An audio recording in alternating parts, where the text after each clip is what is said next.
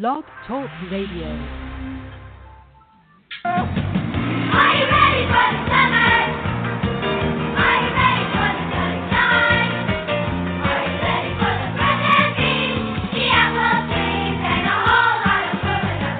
Are you ready for the summer? Are you ready for the hot nights? Are you ready for the fireflies, the stars, and a whole lot of food? No more petrol, no more rush, no more teachers, dirty looks, no more dance and history. Summertime and free. Are you ready for the summer? Are you ready for the good times? Are you ready for the summertime in the summer's night?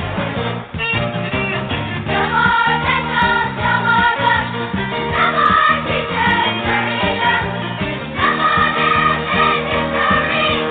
Summertime and free. Are you ready for the summer? Are you ready for the good times? Are you ready for the summertime in the summer's night? All right, ladies and gentlemen, this is, you know what, I should bag on that song. I really should. I do it every week. I don't know. I don't have it in me tonight. I wasn't thinking about it beforehand, and really I've expended all of my off-the-cuff responses to a bunch of singing children that I'm going to in the immediate future. I'll come up with some new ones, I promise. This is the Radulich and Broadcasting Network Movie Review Podcast. I am Robert Winfree, and we are currently absent one Mark Radulich. Mark is rushing home. He had a day out with his family, which I hope was a lot of fun. And that's why the start time got bumped back half an hour to an even 10. And apparently he's on his way home. He told me beforehand he's going to be a little bit late, so when he shows up, I'll make sure he gets a proper introduction. I think he's hoping to come in like mid-plot review so that I won't get to razz him about Ghostbusters again. Because seriously, that movie, not only does it suck, it's losing money by the barrel. Oh, you piss up a rope, you. I heard that. I'm here Why do you now. think I brought it up simply because I saw you pop into the switchboard. Listen, buddy. Ghostbusters. Get ready for 50 more sequels. It's all coming. Well, at least one is coming. It'll still be a terrible idea, and I really hope Sony reconsiders in the immediate future after they continue to lose money on this. I'm Robert Winfree. Everything is terrible. Wah, wah, wah. Hold on, not everything is terrible. I'm Robert Winfree. Wah, wah, wah. Nothing's ever good. Wah, wah, wah. CGI That's not true is either. terrible. Well, some of it is. Let me tell you something. We're here to review Star Trek Beyond, and I'm beyond tired. Get on with it. But that's SeaWorld all so day. that's what we were trekking beyond. Fan tolerance. Got it. Okay, yes. I saw Shmoo today. You know who Shmoo is? No. Shamu. My Oh. father calls him Shmoo. My father, educated man, Shmoo. Okay, then. We saw Shmoo, we saw Sharks. I am dog-ass tired. We just got back from SeaWorld and spending the day with some family. So you need to get on with this review, sir. We got some Star Trek to talk about. We do. Quit wasting time. Quit farting around. Let's go. You're the one who decided to go into a little bit of an autobiographical spiel there. I'm just happy to let you talk. I'm trying to get beyond this. Star Trek Beyond. Let's go. All right, let's get into this. Allow me to give you my plot synopsis, and it will be relatively fast because there's not a lot of plot to this movie. It's really just there's a really basic plot here. We are introduced to our band of intrepid adventurers who have rejoined, or are still with Starfleet, and they are In the midst of their 5-year mission in the wake of Trekking into Darkness, which we all wish we'd just kind of skipped, I believe. What a terrible movie. Oh, it really wasn't good. Anyway, they're halfway through their 5-year mission. One sec. I have to do it now. right. I am Khan. Oh, so you are. Not entirely sure why you had to say it that way. Not entirely sure what the reference here is to. But I'm Khan. Yeah, none of the. Yeah, okay, gas this guy and let's go home. Oh, Captain, he says he's Khan. That means it means nothing. We didn't see Star Trek II: The Wrath of Khan, you jackass. Ironically enough, this particular movie opens with yet another homage to Wrath of Khan. Does it? Yeah, his birthday. Oh, that's right. But they were dealing with two different things with the birthday issue. I'm just I don't want to pointing it out. They both started with his birthday. Fair enough. Go on. Kirk is feeling disillusioned. My dog is trying to get a running start to go out through the sliding glass door, and she just... that's not how that works. She really wants to go outside and meet people, but she can't... the fact that she's running faster at the door is not going to help it open. It amuses me. Anyway, Kirk is feeling a little burned out, a little bit lost, a little bit like, what am I doing here on this particular starship out in the middle of nowhere? I don't feel like I'm accomplishing anything, and it's my birthday, so naturally I'm slightly more depressed. He's a little bit, overly emotive at that moment in time. He is contemplating leaving the Enterprise for a cushy desk job where he can put on his Shatner weight. In Yorktown, which is the furthest and most sophisticated space station the Federation has built. At the same time, Spock receives news that he has died. Spock Prime, referred to in this movie as Ambassador Spock, played by Leonard Nimoy, has died, echoing the passing of Leonard Nimoy in real life. And he is going to leave Starfleet as well so that he can do work on New Vulcan. It's rather ambiguous. His specified goals are rather ambiguous, but so massive elements of this movie. But neither Kirk nor Spock actually tell each other this before they are sent into an uncharted nebula. While they are going through this nebula on a theoretical rescue mission, they are attacked by a superior technology, a bunch of smaller ships that destroy the Enterprise again. Yes, again, the Enterprise is destroyed all the time. It means nothing. Worst ship in the fleet. Every movie. Every single movie, guys. Let's hang on. I want to do an exercise really quick. Okay? Okay. Star Trek the motion picture, destroyed or not destroyed? I don't think it was. I haven't seen that movie in decades. But I don't think it was. Star Trek II: The Wrath of Khan, oh boy howdy is it destroyed. It is not destroyed. It is not destroyed. No, you're absolutely right. Spock dies saving the ship. Spoiler alert. Yes. All right, so we're 2 movies in, not destroyed. Star Trek 3, boy howdy does it get destroyed. Yeah, they blow it up deliberately. There is no ship in 4. And There's no Enterprise in 4. Yeah, they get a new one at the end. 5, I think they leave it alone in that one. That one is the old, why does God need a starship? And I'm pretty sure they don't blow it up.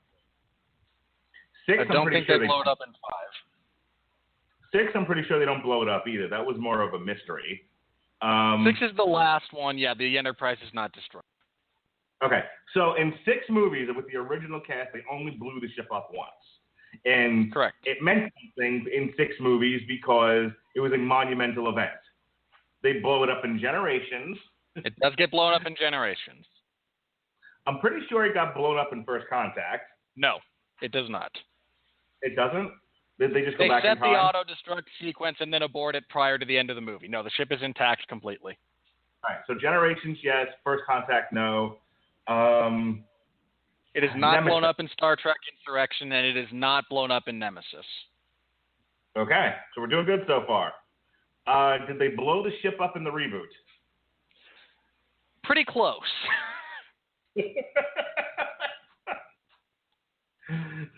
Did they blow the ship up and into darkness? Once again, pretty close. And in this one, it gets totaled.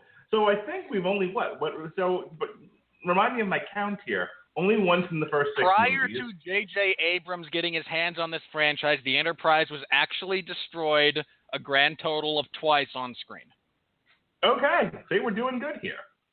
Now I think Janeway was always trying to blow her ship up or land it on the ground somewhere. It was always Voyager was designed differently than the Enterprise. But I know that I know that they were constantly trying to blow that ship up for one reason or another, and then saving it at the last, in the ta-da nick of time. All right, so it's episodic television, guys. What do you expect? But yes, while it is fun to talk about how many times the Enterprise has been blown up on screen, it's actually only been blown up twice in any major motion picture. Three times. No. It's only. Well, hang on. Here's the thing about that. In both of the two previous ones from the reboot series, it was functionally destroyed. Mm-hmm. And this is different from it takes massive damage in Wrath of Khan. I believe in both the original. I believe in Trekking into Darkness, they do more damage to it than they did in Wrath of Khan, to the point where any reasonable ship would have actually been decommissioned. Okay, let's move on. Anyway, the point being, they destroyed the Enterprise yet again, and I bring that up only because J.J. Abrams likes to destroy the Enterprise. Under more skillful hands, it means something. In his, it occurs every other Tuesday, I guess. I don't know. Kirk, this is the 22nd Enterprise we've given you. Knock it off. Yeah, well, we're going to either promote you or demote you, because you clearly cannot handle this particular responsibility. Oh, God, we're 15 minutes into this. We're already having too much fun. Anyway, the Enterprise is destroyed. It lands on this planet that they were sent to. It turns out the person who lured them into this ambush was a spy. They were trying to locate a very small relic that the Enterprise had on board, which is the secret final piece to the Infinity Stone that destroys all life. No, wait, different movie. No, wait, it's the same. MacGuffin. Yay! No, seriously. The last parts of this movie just made me go, so you finally got around to watching Guardians of the Galaxy and clearly had a rockin' time. Okay. No, I wanted a dance-off between Idris Elba and Chris Pine. That's all I'm saying. They came very close. Get on with it. I'm just pointing it out. They all crash onto this planet, separated by this alien warlord Krall. He eventually does get the other half of this. They take a while to get there, but he does obtain it, and it's this bioweapon, which is a word they just throw around without ever actually explaining what it does. Something which Guardians of the Galaxy had the good sense to do, but here it's just the MacGuffin. While they are on the planet, Scotty encounters random other alien who knows how to survive on this planet. They team up. They find an old, abandoned starship that had crashed, the USS Franklin, and it turns out that Krall, the leader of this alien group, who has some bizarre, never fully explained vendetta against everyone else.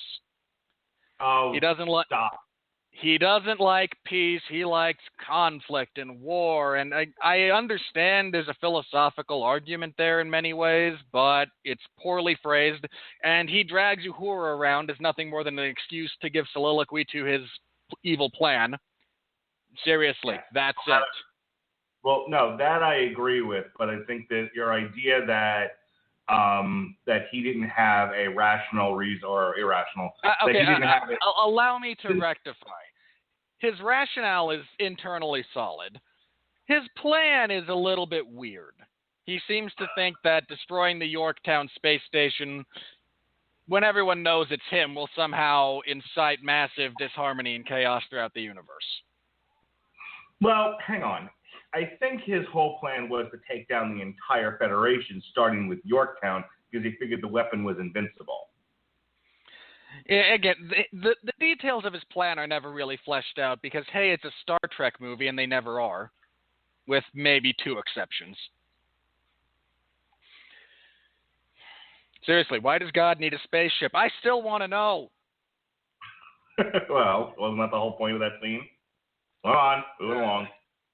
Anyway, they are able to revivify this previously dead ship. They discover that Krull was actually the captain of the Franklin, and he was from a long-defunct organization known as Mako. That was a military organization prior to the creation of Starfleet, which is not a military organization despite the copious amounts of weaponry. Although it does explain why they are all such piss-poor shots. I mean, really. Really.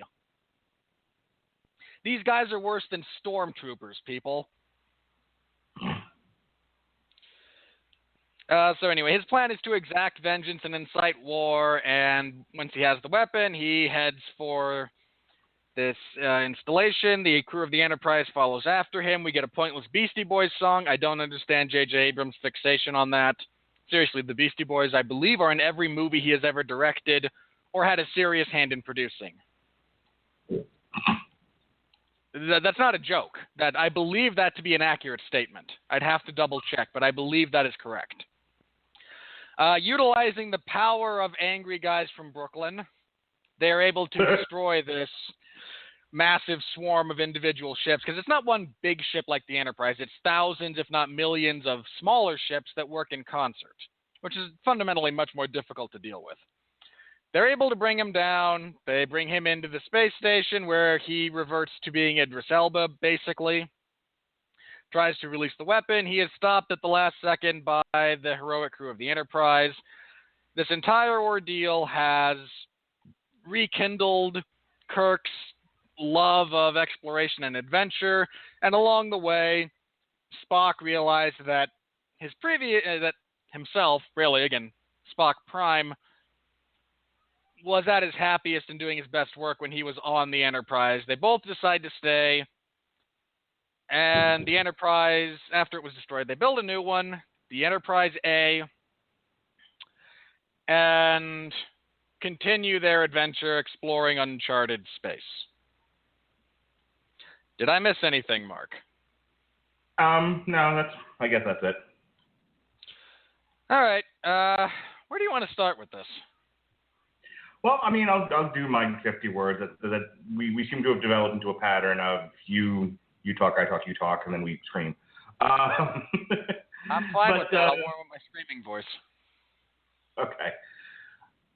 This year, the Star Trek Beyond took the award this year for that was last year won personally for me by Mission Impossible: Rogue Nation, a movie where I wasn't doing a weekly movie review podcast where I look at tentpole movies and IP and franchises and all of that. I don't think I would have gone to go see. I probably would have waited until it was on TV to watch. I'm not necessarily racist against the Mission Impossible movies. I just don't feel the need to go see it. It's one of those, it doesn't really capture a lot of my imagination, but it ended up being one of the best movies of the summer, and I was glad to have gone to see it. As much as I'm a Star Trek fan, and don't get me wrong, this doesn't fall into the category of it ruined my childhood. We had that conversation. I don't feel the need to relive it. Just know that when I say this, it isn't like it has tainted my entire view of Star Trek. But after Into Darkness, I had kind of washed my hands of Star Trek. I just didn't care anymore. I'm like, this is so bad, and the people handling it are so terrible that, I wasn't crazy about the first reboot either. I thought that was the most asinine plot ever. And then they go in, but I'm like, okay, they turned, I am going somewhere with this. They turned a strict sci-fi franchise into an action adventure in space. There's no sci-fi left of this thing. It just happens to take place in the stars in the future. And I don't like that. That's not Star Trek to me. That's Star Wars. But even this version of Star Wars doesn't have the fantasy element that Star Wars had. It doesn't have the gravitas that I think. See that they're good movies. Shut up. So I wasn't crazy about the first reboot. Then Into Darkness came along, and it was and if you would like to hear me and Jeff Parrish rip that movie to shreds, you can go back into the archives and find when I was doing these with him. But I hated Into Darkness. I thought it was terrible. It was basically a bad cover song of Star Trek II: The Wrath of Khan. So when I the truly sad thing about Into Darkness, I agree with you that it's a bad cover song of Wrath of Khan. The truly sad thing is they didn't even have the common decency to tell you that. Yeah. So I mean, look, Jurassic World is a mediocre cover song. We all know this. We all knew this going in, and as soon as we saw it, we went, okay, fine.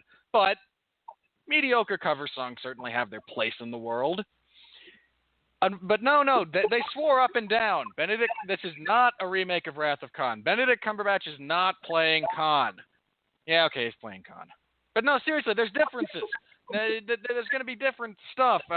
No one's going to die trying to get the engines. Well, okay, Kirk dies getting the engines working. But it's Kirk this time, and that makes it different. And, yeah, okay, it's just Wrath of Khan. We're really sorry about that. Moving on. So I was not excited about this one. I figured this is just going to be more bang bang shoot 'em up in space nonsense. God only knows what movie. If they throw fucking whales into this one, I might have to walk out of the theater. Wait, we can walk out on these movies that we have to review? You can't. I'm allowed to though. So anyway, you suck. So that being said, I was pleasantly surprised by this movie. I wouldn't have gone to see it, to be honest, if we weren't doing the podcast. But as it turns out, it was really good. One of the things that I liked about this movie was they brought back the sci-fi element. Something that you talked about last week with Ghostbusters, and Sean also mentioned it, was the idea of science winning out over spirituality. The idea of beating ghosts with technology. And one of the things that makes sci-fi is that there's actual science involved in doing things. I've talked about this with Batman. Batman just doesn't punch his way through things. The current modern concept of Batman is he's 90% ninja and 10% detective. When the Batman that I grew up with was at least 50% detective. He figured things out. He figured out how to he often took on more powerful people around him by being smarter than them and figuring out how to defeat them through his intelligence, not punching them in the face repeatedly. And so is the same with Star Trek. Star Trek wasn't about shooting phasers and getting into intergalactic wars, though I will give you that's what Deep Space Nine was about, and I like Deep Space Nine. It got better when it was about that. But it was never an action-adventure series. It was a sci-fi series. And I like the fact that they brought the sci-fi element back, that they actually used, granted, it's fantasy science, but I'll take that over anything else. They use fantasy science to defeat the enemy, not some bizarre, elongated, Mission Impossible action sequence. So that was a nice change. The movie takes time to deal with relationships, not tacked on forced relationships like Uhura and Spock in the first one, but actual relationships between people. The stuff with Bones and Spock really steals the movie. I like the fact that the idea that Kirk is sort of in his own mind lost in space and doesn't know what they're doing out there. The opening scene of him giving the weapon to the little creature and him sort of throwing up his hands and going, I don't know what we're doing out here. I've lost sight of the ultimate goal. And questioning whether or not he really belongs in Starfleet. I liked all of that because Star Trek, again, is ultimately not just about, not just about special effects and alien costumes and all of that. It was about emotion. It was about relationships. And this movie had it all. It's a paper thin plot with I don't want to call them stock, but I would say not the most three-dimensional characters, but but that, I think, because of that left room for other things to be happening. I like the relationship that develops between Scotty and the female alien. And I have to say, visually, it was. How many more times do I got to watch the Enterprise fucking get destroyed? Was it a well shot scene? Well, they're making a fourth, so I'm betting one more at the very least. I will say this: the best parts of the movie were not necessarily the action sequences. It was the interconnectedness of the people involved in the movie, and them figuring out how to beat the bad guy using fantasy science. There was nothing necessarily bad about the movie, in my opinion, except that I would say it's forgettable. The opening, the first half an hour to 45 minutes, I don't really care about. It's just, I often say we got to get the kids to the mall. Well, they had to blow up the ship to get the movie going, and that whole sequence takes forever. And I was tired. I mean, so maybe a little salty on it because I was also exhausted. But I just wanted to be over. I was like, oh God. I think at one point I had to get up and go get myself something to drink because I was getting, I was actually bored. But once they got there and they dropped the people and they were trying to figure things out, I was into it again. So overall, as far as competent movie making goes, that there's more than just throwing people on a screen and watching them do stuff. I would say it's one of the best movies of the summer. I would agree with the critics on that. Full disclosure, Star Trek is not necessarily my favorite franchise. Really? You're not a Star Trek man, huh?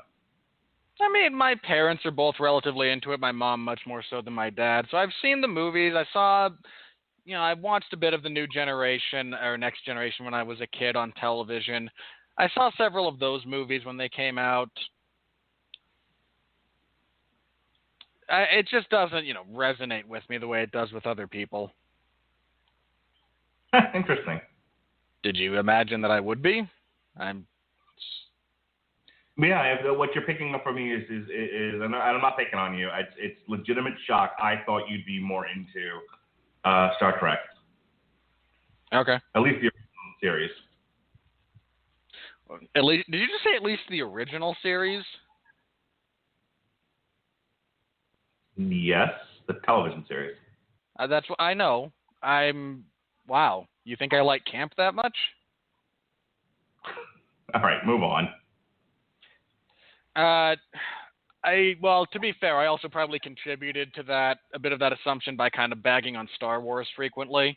It's not because I'm a huge fan of Star Trek. I just, not a huge fan of either property, to be, in the interest of full disclosure.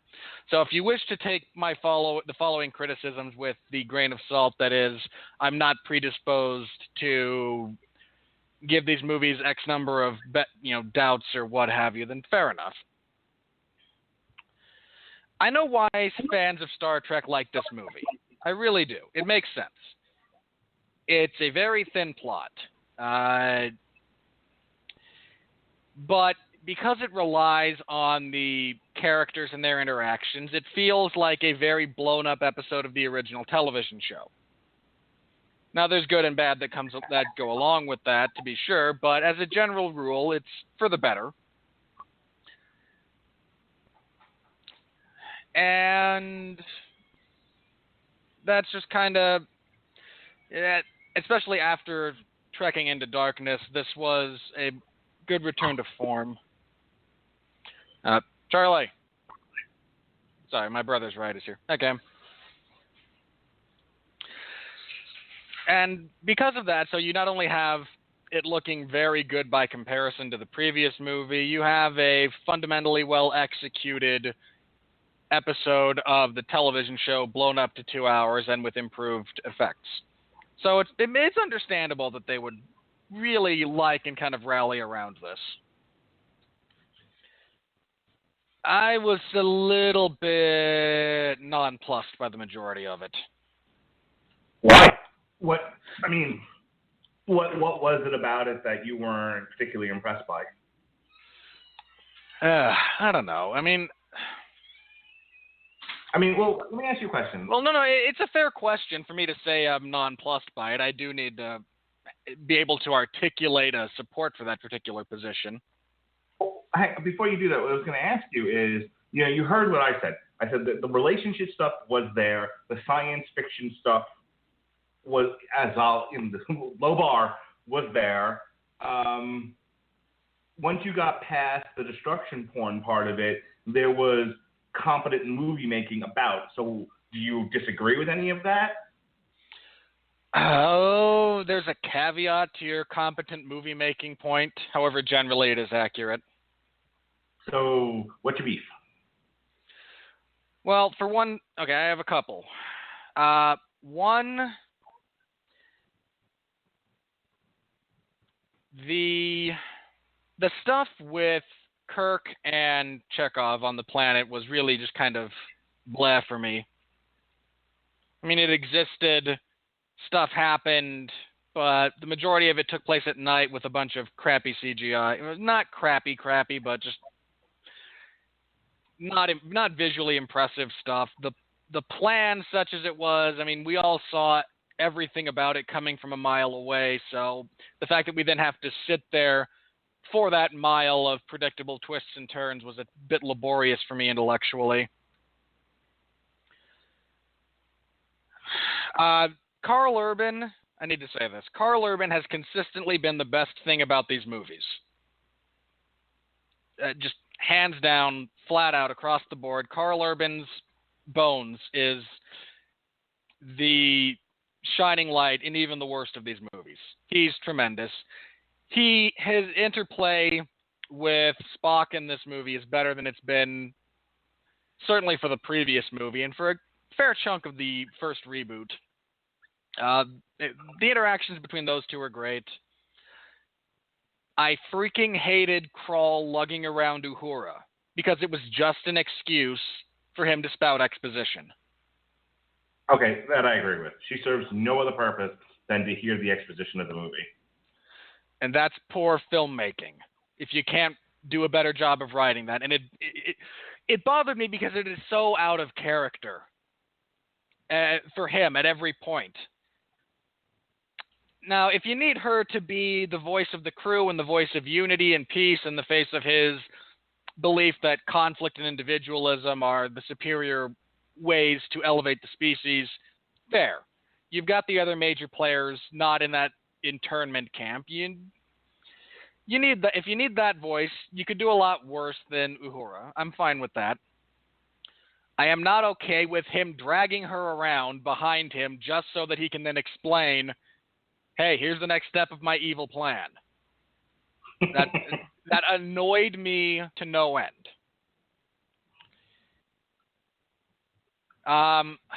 Okay, I've got to be honest. When they jumpstart that ship, the USS Franklin, and don't die. Hang on. My big gripe with that, and this is a major gripe, and no one will know. I imagine most people will not know this apart from me.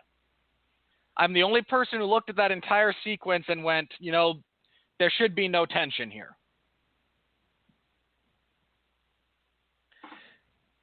They needed to get that particular ship up to terminal velocity to jumpstart the engines because it was not designed to be utilized within atmospheric conditions. Okay, I accept that bit of reasoning. The fact that, well, we sure hope we can fall off of this cliff and do it. No, wait a minute. Here's your Mr. Wizard moment, everybody. The attaining of terminal velocity is calculable. You all, I imagine, have access to smartphones with calculators on it. If you have a calculator, we don't even need scientific calculators for this crap. If you have an abacus, you can calculate what terminal velocity will be relative to the gravity. And since it has roughly Earth's gravity, that's very easy to calculate. You know how fast it falls, because all things fall at the same rate. Relative to wind resistance, but you know how fast it will fall. And with that information, you will know exactly at what point you will hit terminal velocity. So you will know beforehand whether or not this particular falling point is high enough. Now, it's one thing for me to say that sitting in a movie theater. The fact that I remember this randomly and impart this wisdom to all of you, for those of you who had either dismissed, who didn't know that, had learned it and forgotten it, whatever.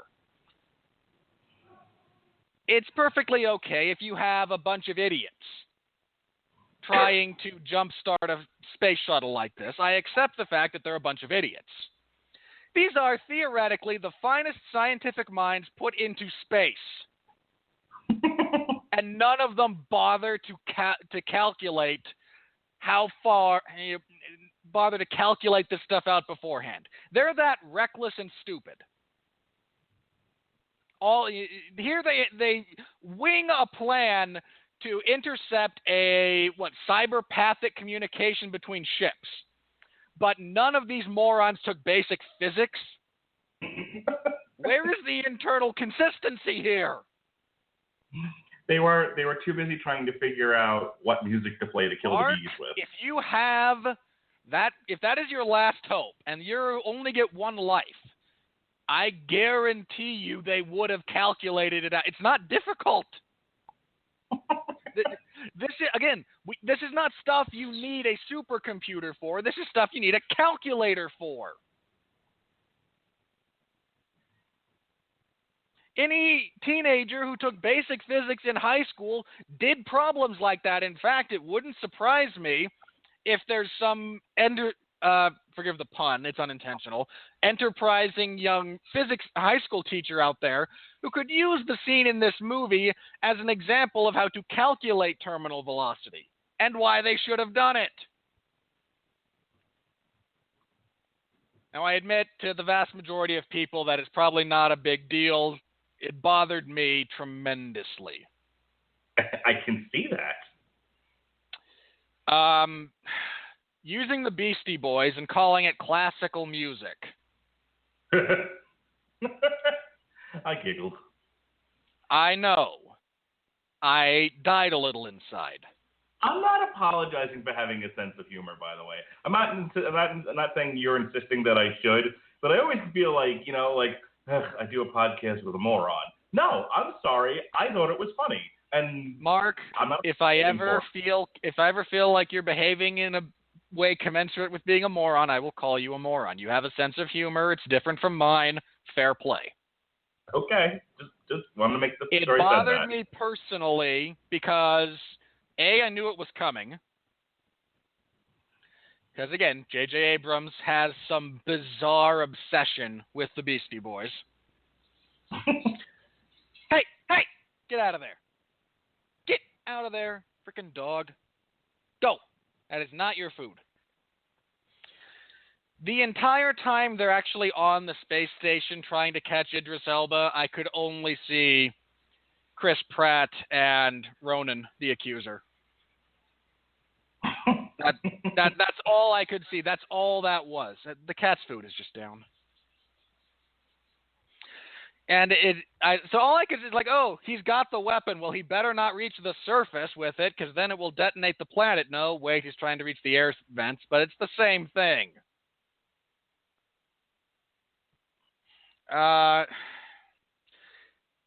There were two spots of horrendous CGI I have to mention. Because by and large, it's fine. By and large, the visual effects for this film are good to great, which makes these instances of it being terrible that much more glaring. One is the first time you see him riding the motorcycle as he comes out of stealth mode. It looks awful. It is just awful. The other is when he and Idris Elba are in the gravitational slipstream. It is the way they render their bodies via computers is less in line with the rest of their visual effects and more in line with let's say Neo's body from the second Matrix movie. It's not good. yeah, those are my big gripes. Again, really thin plot, really flat villain who is relatively generic. I seek war. I don't like you. You abandoned me. Stuff like that. But, oh, sorry, my other major gripe with this. I don't understand Justin Lin's fixation on rotating cameras. But man, every other shot in this movie was a camera rotating on either the X or the Y axis. And it's really, not only is it really stupid, those shots have serve a particular purpose to a greater film. The overuse of rotating cameras really drove me up the wall. Was there something in the contract about, no, the camera must not ever actually be still? It's either a tracking shot or a rotating shot. And it really bothered me as a viewer. Now, I don't know if any of you noticed that. I imagine probably not. I mean, the average moviegoer enjoyed this movie. The average critic enjoyed this movie. And honestly, if I were to just give this a pass or a fail, it's a pretty solid pass. Those rotating cameras, Mark, oh, they killed me.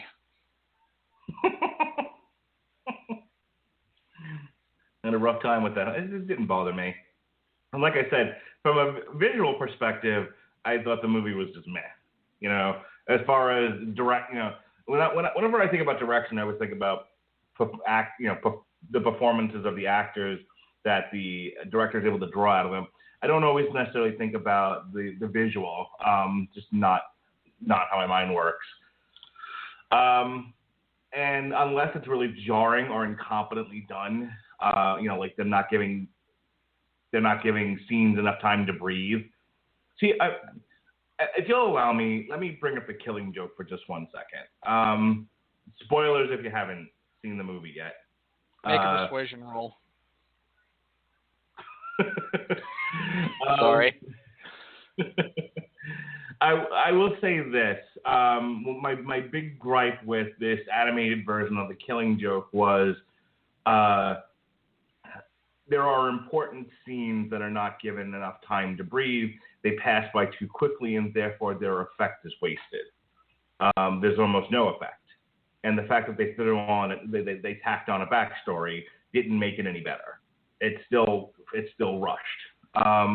So while you might be looking and you might be bothered by the use of the camera in capturing the action, I tend to not focus on that. Whereas I'm focusing on, did the drama in the scene get enough time to breathe? Was I able to watch the actors act in a scene? So the rotating camera stuff didn't bother me. Like I said, the physical action, the special effects, the blowing up of the Enterprise, much like a lot of stuff this summer, been there, done that, let's move on. I can't take, not that I can't take, but I would say I'm not impressed anymore. I'm burnt out on watching large-scale destruction. There's been too much of it. I'm not. And yet, next week. Yeah, well. No. Next week is Jason Bourne. Matt Damon causes large-scale destruction driving cars through downtown Las Vegas. Sorry, not Mark Wahlberg, Matt Damon, if I misspoke. Trust me, there will be plenty of CGI'd, relatively large-scale destruction forthcoming next week. Oh, I'm not looking forward to this at all, by the way. I mean, we'll talk about it after in the podcast, but boy, if there was one that Robert Winfree, he gets these lists from me and says, this is what we're going to review this year, this is what we're going to review next year, and he says, why did I sign on to this chicken shit outfit? And I go, well, most of these movies are going to be fun, and he says, burn in hell, Radulich. Well, this is the one movie on that list where where I'm looking at it and go, I have to force myself to review this piece of shit because I don't want to go see it. Yeah, welcome to my life, Mark. Yeah, so Jason Bourne is my personal Ghostbusters. or Ghostbusters, sure. I was going with Cross the Bear. God, I hate those movies. Ghostbusters is worse. I gotta sit through all of them again. Just shoot me. Anyway, and you might be asking why. Well, because it's a big tentpole film, and that's what we decided to do here. In any case, so getting back to the whole camera, the use of cameras and everything, I don't even think I noticed it. Now that you said it, I'm like, oh, how about that? But I didn't find. But here's a big surprise. I didn't find a problem with any of the CGI. I didn't find a problem with any of the action. Again, 2 scenes. Now, my CGI gripes were limited to 2 sequences, which I think is a new record for movies. That when I watch movies and I complain about CGI, it is either pervasive throughout all of the computer effects to the point where I just yell about it on every conceivable level, or it is good enough on virtually every scene that I'm okay with it and I don't complain too much. Only being able to complain about 2 separate things in this movie, I think, is a new record. Because I had 3 separate specific instances, 3 or 4 separate instances of bad CGI from Independence Day Resurgence. And here we only have 2.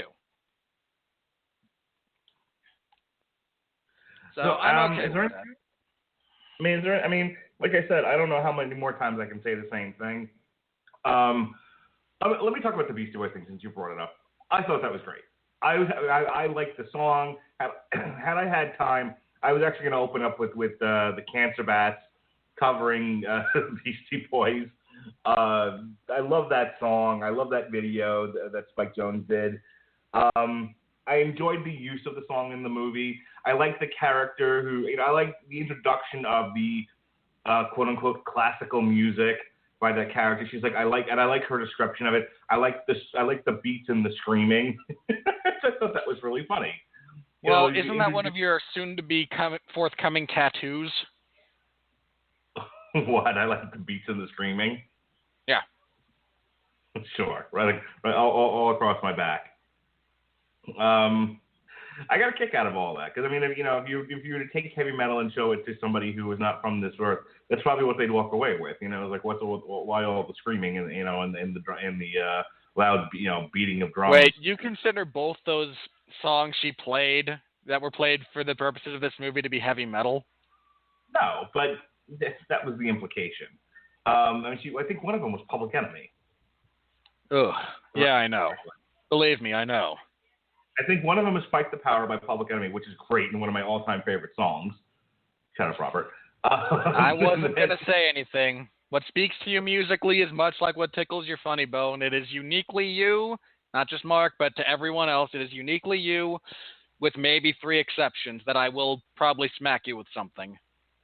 I'll tell you, man, I'm going to see Prophets of Rage in October, which features members of Rage Against the Machine, Chuck D from Public Enemy, and Be Real from Cypress Hill. And if you thought I was obnoxious about Ghostbusters, ooh, doggy. Wait till we get closer to Prophets of Rage live. Fortunately, I'm not doing that particular podcast with you. I feel sorry for Coop. Oh, Prophets of Rage, baby. Anyway, I was a huge fan of Public Enemy growing up as a kid, and still am very respectful of Chuck D, who grew up very close to my neighborhood that I grew up in. In any case, no, neither one of them was necessarily heavy metal, but the implication was that that's what was in that playlist, from what I gathered. In any case, the use of the actual Sabotage song, as far as matching up with the action in the movie, I'm bringing it up only because when I first saw it in the commercial, it's just played against various shots of different parts of the movie. This is him riding the motorcycle, and I think I even complained to you about that. I said, we went from the brilliant score that was created for Star Trek II: The Wrath of Khan to the Beastie Boys. What's happening to my Star Trek that I love? This version of Kirk is a huge fan of the Beastie Boys. He was, if memory serves, when he steals that car in the first reboot, in the reboot movie, young, not even adolescent James Tiberius Kirk steals a car and blasts out to Sabotage as he goes for a joyride and then promptly plummets this convertible off a cliff. So yeah, if you can. And I'm not sure if there's a better metaphor for the reboot series than that. But as far as coming up with an explanation for the gratuitous use of the song, I enjoyed that. I like the fact that once Yorktown had the frequency, and you have the song sort of dies first, and then it goes wah! That's when Yorktown blasts it out and it knocks out all the bees. I thought that was great. Visually, I found that to be candy. Completely superfluous, but I enjoyed it. What is a movie, but it's supposed to be something that entertains you, and I was entertained by that. I thought as far as the acting goes, I got a little tired of what's his face Peg. So I've been Peg calling the girl Lassie. After a while, I wanted her to just start barking at him. It was every time he referred to her. She would not get that particular reference. No, she would not. But my point being, I liked their connection. I enjoyed watching the two of them act together. Chris Pine, trying to summon his best Kirk is fine. This was the least offensive I've ever seen. What's the dude that plays Spock? Somebody Quintano? Zachary Quinto. There we go. This was the least offensive Spock I've seen in 3 movies, because that's not Spock in the second movie, and in the first movie he's just a prick. I remember one of the things I complained about it with Into Darkness was the forced friendship between Kirk and Spock that was completely unearned, and this one actually felt like the Kirk and Spock that I had come to know as friends. So, for the first time in 3 movies, they finally got Star Trek right. That's really all I have to say about this movie. If you like Star Trek the way I like Star Trek, you should come away from this one fairly happy. Yep, I'd agree with that. I would also request that some enterprising YouTuber, once you get access to that clip, because they're going to, that scene is going to be redubbed with different music to the ends of the earth now. As soon as that, it's coming. We all know it's coming. I want to see it done with Celine. No. There are 2 songs in particular I would like synced up with that, one of which I think might actually fit, and one of which I know won't.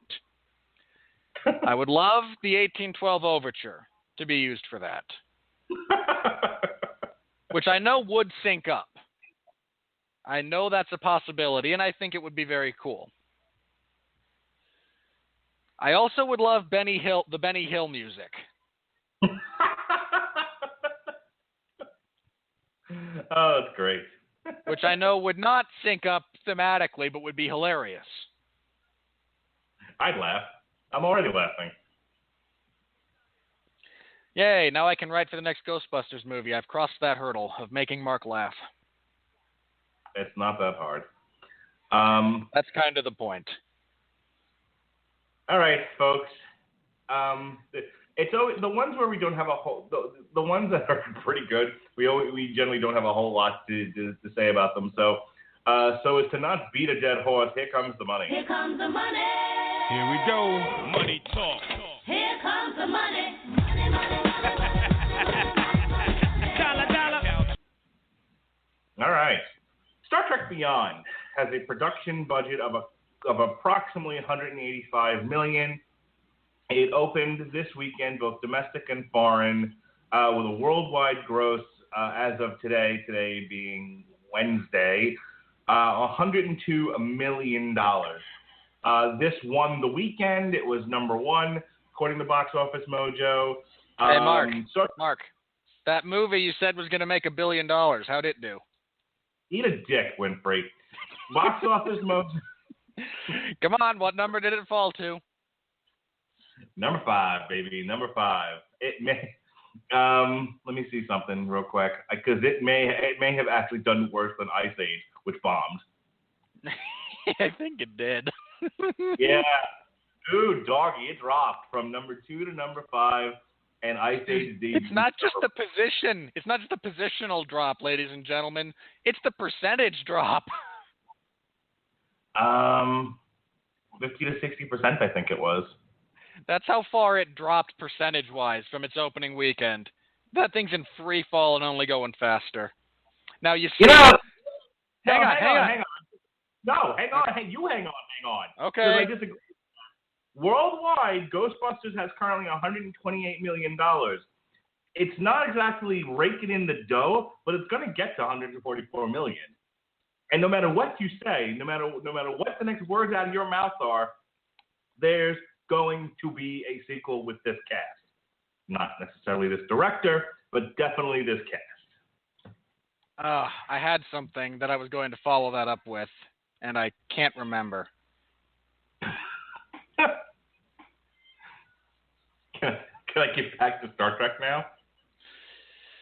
Yeah, I'm going to have to try and recall what it was, because it was a pretty good line.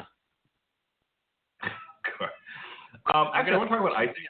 This cat. I want to talk about Ice Age for a second. So this movie, they say bombed, right? Okay. What I was trying to get at was the Box Office Mojo blog for the weekend as of July 24th was Star Trek Beyond debuts at number 1, big hit. Lights Out, Open Strong, and Ice Age bombs. So for a bomb, right, a certified bomb, a stinker, a costly moneymaker, with a box office, with a production budget of $105 million, you know what it's up to right now worldwide? $210 million. It's already made back its money. The only way you could legitimately classify that as a bomb is either this cat is going to annoy me to death. Hang on. Either you are looking exclusively at its domestic take and having that be. It bombed domestically. It only made $27 million. So I get where Box Office Mojo is coming from. But again, you can't ignore foreign sales. That's ridiculous to me. And in one weekend, $183 million. That's not bad. Ice Age will be profitable next week. When we do this show next week, Ice Age will be in the black. Yep. Ghostbusters, not so much. Well, they may not. They still may not make another Ice Age movie. They may have this one has maybe run its course, but there's going to be another Ghostbusters. It ran its course 3 movies ago. Well, that's neither here nor there. Star Trek Beyond. Getting back to the movie we're actually supposed to be talking about. It's currently sitting at less than Ice Age. Worldwide, only $102 million so far. It's got another $85 million to go, and it's got its competition in the forthcoming weeks is fair to middling. Jason Bourne, Suicide Squad is its major competition, and Suicide Squad's gonna knock this thing down a couple of pegs. Pete's Dragon, meh. I don't know if anyone's going to see Ben-Hur. I don't know why you would. I just don't. Guys, let me be clear about Ben-Hur for just a moment. Ben-Hur is a very interesting story that has been made into more than one movie. There are several adaptations of Ben-Hur. The quintessential one, probably the best one, stars Charlton Heston and is the one most people think of. Watch that. Watch the one from the 20s. Do not watch this. This 3D CGI monstrosity that is going to be bombarding cinemas. Do not watch this. If the movie's a remake, watch the original. If the movie's bad, just don't see it. Anyway, looking at the list here, unless you're a chick, going to see Bad Moms, or you're a kid. Oh, don't go see Bad Moms. Here's the major releases over the next few weeks that it's got to deal with. We already talked about Jason Bourne. Suicide Squad is looking at a $125 million opening. It's going to slaughter Star Trek. Then Pete's Dragon. Your audience is going to be split between Pete's Dragon and Sausage Party, but neither one I think is really going to be too damaging to Star Trek. And then August 19th. No, Sausage Party should bomb. No one should see Sausage Party. August 19th is Ben-Hur, which no one will see and will bomb, and it'll probably be this year's Jupiter Ascending. Kubo and the Two Strings. You have kids aren't back to school yet in your neck of the woods, may go see that. And War Dogs, which I will go see, but we will not be reviewing as such. Thank you. And then we've had the one movie this year that is almost purely comedy that Mark and I just basically are intellectually and personally at each other's throats about. We don't need another one. Yeah, I'm going to go see that one with my wife, and I'll talk about it at the end of the year. And then August 26th is Don't Breathe and Mechanic Resurrection. So Star Trek has the month of August minus Suicide Squad to make its money, and it probably will. It's well received enough. And Star it Trek hasn't been released in all the international markets yet either, is the other thing to consider. There's quite a few international release points that have not yet been hit. So right now it's not looking great. But the critical analysis, when they crunch the numbers, is when we'll make its money and we'll be on our way to a fourth Star Trek movie. And they've already announced the fourth Star Trek movie. Yeah. As far as where we are in the year, the number one movie in the United States is currently Finding Dory. The top 5 spots are occupied. 4 out of the top 5 spots in the United States are occupied by Disney movies or Disney IP, such as Marvel movies, etc. And 1 is Fox. Worldwide, however, is a whole other kettle of fish. Worldwide, Captain America still reigns supreme, followed by Zootopia. No movie. So we still have yet to see another movie reach $1 billion. Not since Zootopia crossed that line after Captain America did, has a single movie this year gone over $1 billion. And to just compare where we were last year at this time, by last year, okay, movies so Star Wars won't come out until December, so forget about that. Jurassic World made over $1 billion. That came out in June. Furious 7, which I believe came out in April, made $1 billion. The Avengers, Age of Ultron, which came out in May, made $1 billion. Minions, which came out in July, made $1 million. Okay, and that's just the ones that made over. Sorry, $1 billion. I'm saying million. Made over $1 billion, and that's just the ones that made over $1 billion. By this point, again, Spectre won't come out until December, so we won't count that one. But Inside Out made almost $900 million. Rogue Nation made almost $700 million.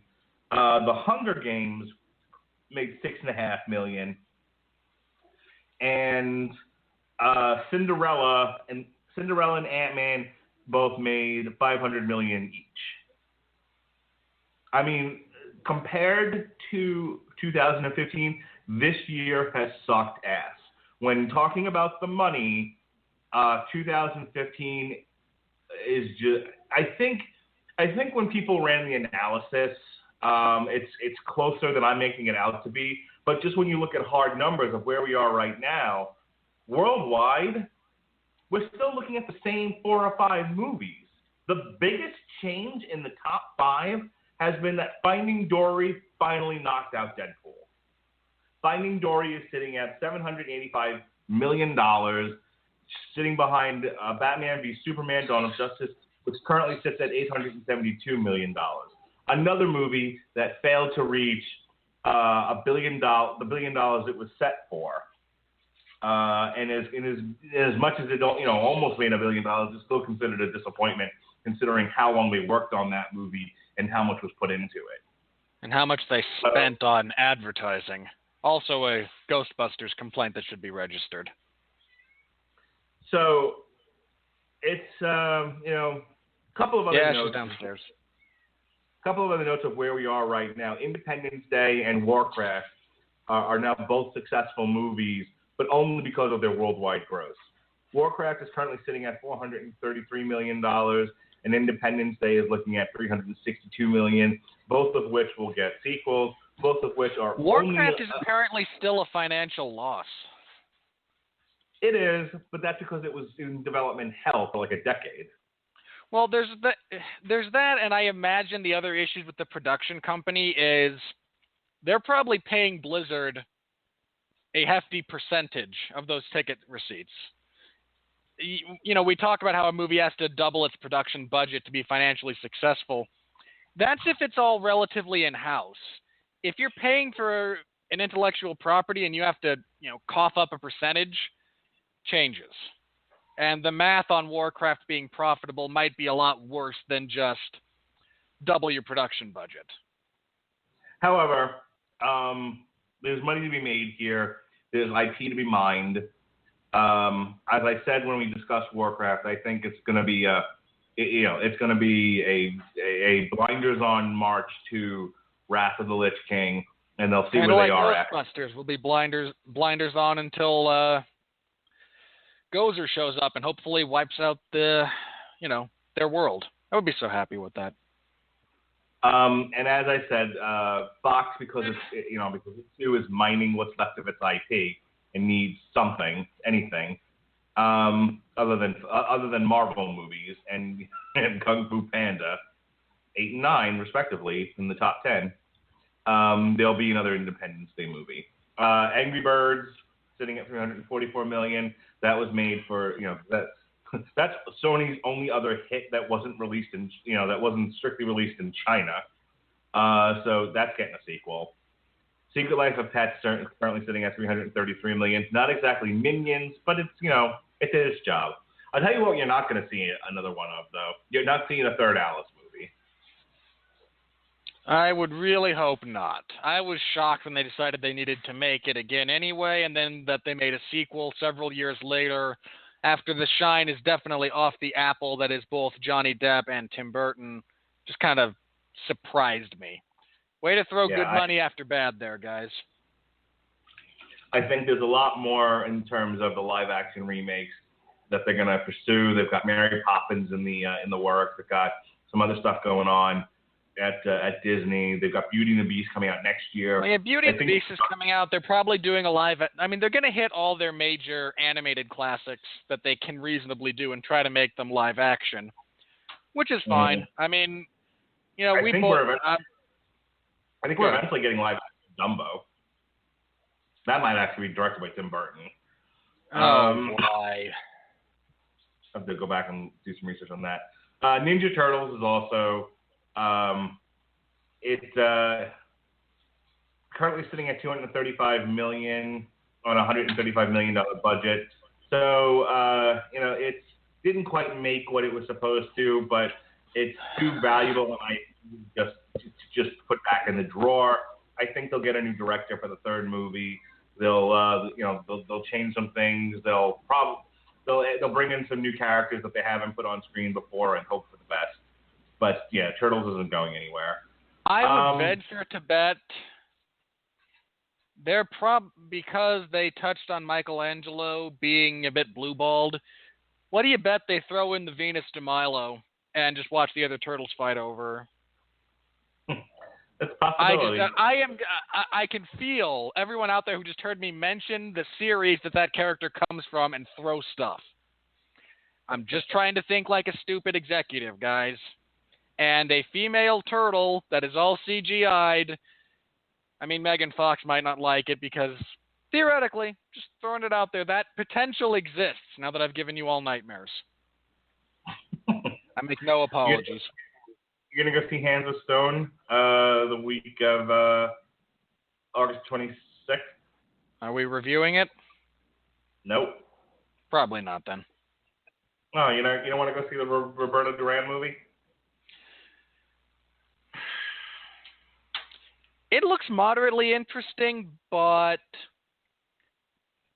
I would need to do a fair amount more research on the material. Probably have to talk with Pat and Gavin about it. And then I'd have to get mad when they try, because there's only two ways that movie ends. Let's be very clear about this. There are only two ways. One is a pseudo-triumphant story after his first fight with Sugar Ray Leonard. Much the way every Ali movie ends after the first Foreman fight. And I have to kind of bang my head against a desk because you're shoehorning an ending into a happy moment when there's more that comes, or it turns into kind of a hatchet job and ends with no moss. And they don't do Duran's career actual justice and just make it about that one moment. And I don't care for either one. I'm not convinced we're going to get a accurate, interesting biopic about legitimately one of the best boxers, especially in the lighter weight classes, that the sport has ever seen. So how much would you punch me in the face if I made you review Bridget Jones's Baby? Mark, remember when I mentioned that you wouldn't need a supercomputer to calculate terminal velocity? Yes, sir. They would need a supercomputer to figure out the exact number of times and at varying velocities that I will strike you with various objects if you make me see that movie. Comes out the same week as the new Blair Witch movie. Seriously? And Snowden. Yeah, September 6th, the week before. September sucks ass. It really does. But we're not reviewing a whole lot in September. We're reviewing the Magnificent Seven, and then we'll review Deepwater Horizon because you have a personal attachment to the subject matter. Sort of. I mean, I suggested it because I know we like to do these things relatively weekly, and I imagine because there are people out there who like Mark Wahlberg, and I don't understand it. I genuinely do not understand it, but I accept that they're out there, and I figure there's a market. To go see the movie, and you're like, oh, hey, if we're going to see it, we should probably review it, and that's fine. But yeah, the rest of September I'm not going to be bothered with. But just to remind people of what dreck we've got going on here. And then we'll get to the Rotten Tomato reviews. September 2nd, The Light Between Oceans, which is a Disney movie. I don't know. It's one of those Nicholas Sparks I know it's not adapted from one of his works, but if I say it's a Nicholas Sparks type movie, hopefully you all understand what I mean by that. A sci-fi thriller called Morgan, which I don't know anything about. I have not seen a single thing for that. I don't know anything. And some thriller called Solace, put out by Relativity Media. Again, I don't know anything about any of this stuff. September 9th is Before I Wake, which is a horror movie. Sully, which is the big Oscar bait movie with Tom Hanks, where he's the pilot that does the forced water landing. I don't care. I'm not interested. When the Bow Breaks, Sony Screen Gems drama, which I'm gonna assume about Louisiana. I don't know. I don't care. The Wildlife, which is a Lionsgate Summit animation. Again, don't care. Haven't seen anything about it. As the aforementioned Bridget Jones's Baby. It looks terrible. Who's still seeing anything with Renee Zellweger in it? Because you people are a problem at this point. Stop it. We'll be back September 23rd for the Magnificent Seven.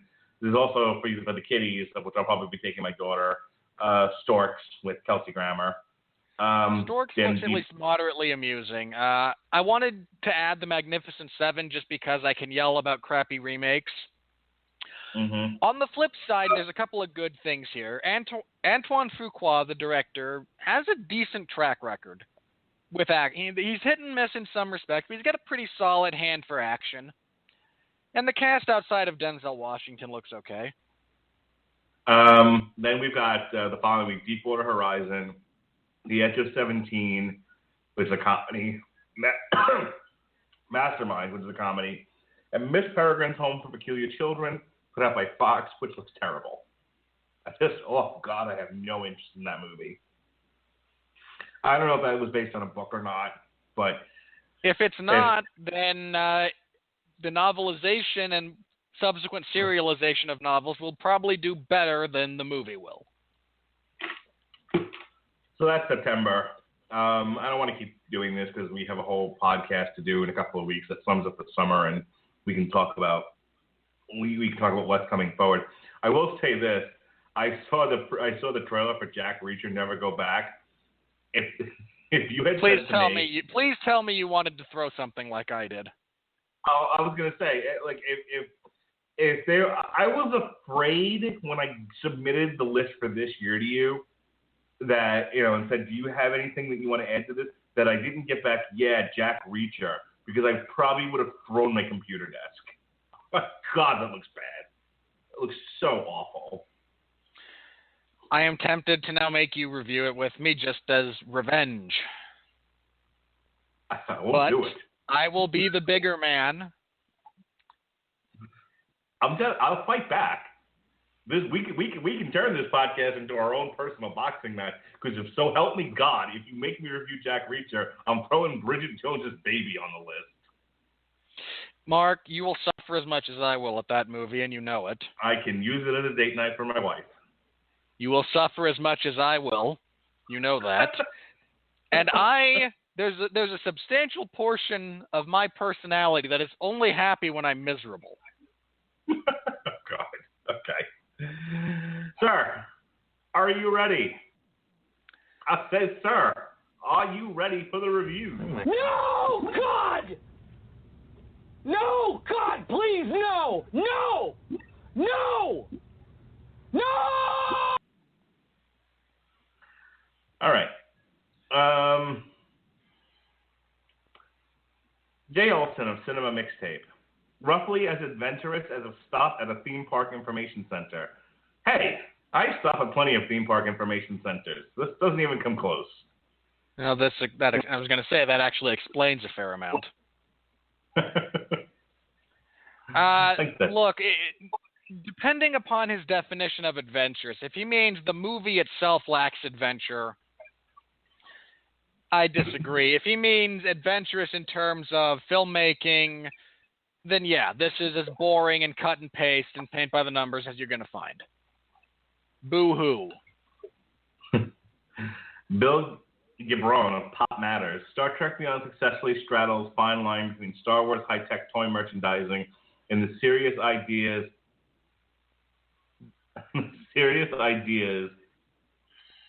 Hang on, I got to read this again.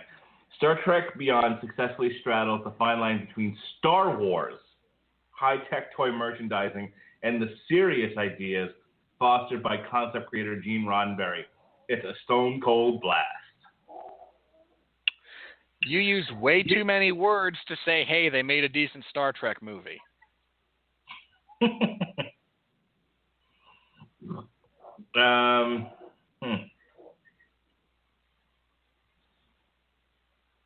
The new Craig Matheson of the Sunday Age.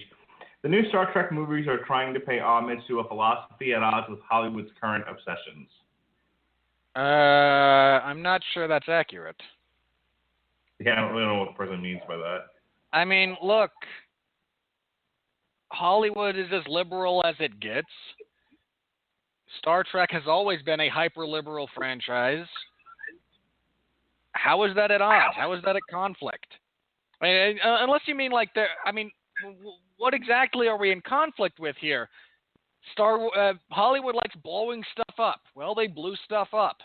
Hollywood likes making money. Well, they're making money. Hollywood likes remakes. Well, here we are. Hollywood likes recasting young, attractive people with marginal talent into more serious roles. Well, where is the conflict here, sir? I'd like to remind people that this next person got paid to write the following sentence in their review, and it is their job to review films. Okay? Just like it might be your job to fix cars, it might be your job to do accounting for a company or to be a lawyer. This person's job is to write a review that tells you whether or not this film is worth seeing. Henry Fitzherbert, Daily Express UK. Time to beam up. Wow. Can you be that bad at any other job and not suffer some kind of repercussion? Well, president. Okay, let us exclude elected officials for the moment. Okay. If I were a mechanic and I did the mechanical equivalent that person did as a review, I would have returned to you a car minus its battery and probably on a donut tire instead of an actual tire. Damian Straker of Impulse Gamer. Beyond could have been more interesting and memorable if it wasn't weighed down so heavily by its combat moves. Look, there's plenty of like rotten reviews here that I'm not reading a lot of them because I kind of agree with their point of view, similar stuff to what you said. But this was not one of those movies, and believe me, I'm a huge critic of this. This is why I don't want to go see Jason Bourne. I'm not into movies where everyone just punches each other. And that wasn't this movie. Yes, there's an elongated scene at the very end where, you have sort of, stylized hand-to-hand combat between Kirk and Crawl, who at this point has shed his alien exterior. And you've just got a very, very old Idris Elba. But still, they at least punched it up with them kind of going through the airlocks and all of that. This was not one of those movies weighed down by combat moves. That's ridiculous. Yeah, the only combat move sequence that drug was random alien chick who's their friend fighting random alien Krull who killed her father. With an utterly pointless subplot to that entire film and should have been excised. That was the only one that just kind of drug everything down. The rest of them fit within the greater scheme of the film. Unless you mean combat moves in the sense that there is conflict physically expressed on screen in some variety, in which case, what in the world did you expect? J. Howard Jones of Chicago Reader, top critic. This third installment in the millennial Star Trek reboot races along without an idea in its head, often recalling the silly monster-driven final season of the 60s TV show. Did you watch the same fucking movie as the rest of us? I understand how this particular individual reached such a massively erroneous conclusion. Oh, do you, Doctor? Please. Yes. Just on my subject. The theoretically weighty ideas and interesting character interactions are sprinkled throughout the film, and they enhance it. However, if you're looking for a more interesting character study, or if you believed that you might get more introspection from Kirk than a scene at the beginning and a cheesy line of dialogue at the end, then sure, you're somewhat disappointed. To anyone with a realistic expectation of these things, we're just grateful we got to see people act at all. So this person works at People Because Magazine. otherwise you get Harrison Ford mumbling through a movie and a chick who can randomly do everything. This person works at People Magazine. This is a traditional magazine, print media. He gets a paycheck for this. Okay? And when you hire somebody as a writer, you assume they have a superior grasp of the English language and are professional wordsmiths. They can convey messages to you in a way that the average person can't. This is why they're a professional writer and you are not. And it is with that I shake my head when I read this. And this person writes, Tom Gliotto of People Magazine, when the film is on the move, it really moves. Oh, does it? Does it, sir? When it's on the move, it moves. When it's still, it's still. When you're hot, you're hot. When you're not, you're not. You ass. I don't know, Mark. I don't know anymore. I just... Am I being too hard on the beaver here? No. Not so much that sentence in and of itself. It's a somewhat stupid sentence. And that idea, that concept can be conveyed much more eloquently. And without superfluous words. Bear in mind, eloquence is not necessarily about the excessive. There's a fair amount of overlap, but it is far from mandatory.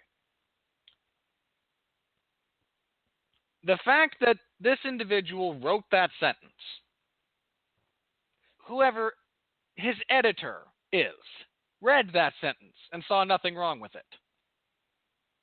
That whoever decided to post this and utilize that sentence as the blurb for their review. This is a systemic failure to communicate. James Vernier of the Boston Herald, channeling you, I think. Generic plot, meaningless action, overdone CGI, forgettable villain. The camaraderie of the first three in short supply. Only Carl Urban scores. Okay. I agree with elements of that. The CGI, again, there's a few places where it's bad. Like, noticeable. The rest of it's fine. The cast camaraderie, Carl Urban is the best. I said that earlier. I will say it again in the future. I agree with you, though. This was the best Spock we've gotten so far. And part of the reason the camaraderie is not necessarily as evident in this film is they spend the vast majority of it separated. I mean, do you wish them to share camaraderie across space that they could not reasonably communicate?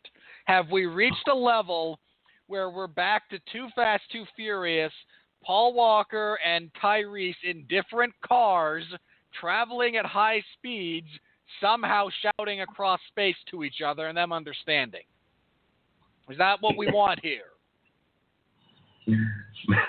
Matthew Generic Monagle. plot and forgettable villain, absolutely true. Valid points. Matthew Monagle of Film School Rejects. All the best parts of a summer movie, all the worst parts of a Star Trek film. Okay, sir. I would have words with you. Lest the references that Mark and I made earlier have gone completely over your head, allow me to explain, very briefly. Star Trek Into Darkness is terrible on virtually every level, for every reason. The line that Mark and I repeated a few times about what does God need with a starship. Now, I'm going to assume that since you accused this movie of having the worst parts of a Star Trek movie in it, you have not actually seen Star Trek V. That is the only possibly reasonable explanation for your stance. I'm going to assume you did not see the failed comedy of Star Trek IV. I'm going to assume you did not see the litany of issues with Star Trek 3. I'm going to go out on a minor limb and say you didn't even see Star Trek Nemesis, which was so horribly put together. I mean, that whole crew deserved an infinitely better send-off than that. You skipped all of those. You skipped all of those. Hang on for a second. Just pause. For the love of God, control yourself. I needed to, there's so many of these reviews are going, not as good as the one before. And I'm like, well, this can't be right. So Star Trek Beyond currently sits at 84% certified fresh, right? You know what Into Darkness is at? If you say over 90, I'm going to throw something. 86. That is at least 20 points too high by any reasonable measure. An audience score of 90% liked it. You people. I accept that people went, ooh, shiny, things blow up, fun. I accept that contingent of humanity exists and pays to see movies and then reviews them independently on Rotten Tomatoes. I accept that. Those people are out there. Those people enjoy crap. And you know what? Good for them. You have found something in this world that made you happy. Rock on, man. I don't like the movie on, again, virtually every level. However, if you do, I accept that different people can enjoy different things. I'm not going to yell at you for what you like. I'm going to yell at everyone. Every professional movie reviewer who saw that applied the basic principles of filmcraft necessary to establish an objective parameter for good or bad and said, good. No. Bad reviewers. Jeremy Thomas of 401 Mania gave it 4.5 stars. Did you not see Star Trek 2? Yikes. Look, the only possible explanation I can have for people that genuinely not genuinely enjoyed, but who defend on a film construction level Into Darkness is they didn't see Wrath of Khan, blinded by Benedict Cumberbatch, which, to be fair, Benedict Cumberbatch is relatively awesome. Or we're comparing it with another slate of films from that year that were so bad it looked good by comparison. I mean, because honestly, on a film construction level, that's pretty much it for me. I've seen the movie more than once. They show it when I donate plasma on occasion. I don't understand that. I just don't. You say you liked it? Fine and dandy. Hey, I can get a kick out of watching Armageddon once or twice a year. I'm in no position to stand and throw stones at what people like. So I think I found your going to give you an aneurysm review of the week. Oh, good. Gimme. Christian Toto of HollywoodInToto.com says, "Stop all the CGI action pieces. We just want to watch Spock and Bones bicker." Wait. Hold on. That's the summation of their review. Yes, sir. Okay. First of all, I agree about we need less CGI crap in the world. I just do. I agree that Bones and Spock were the best part of this movie. I'm not entirely sure how you can find it a defensible position to say we don't want anything else but these two playing the odd couple. If I want that, I can go watch The Odd Couple. No, your argument fails on every conceivable level. Bones and Spock bickering works because it is used sporadically and not an entire 2-hour character piece of those two throwing insults and amusing dialogue back and forth.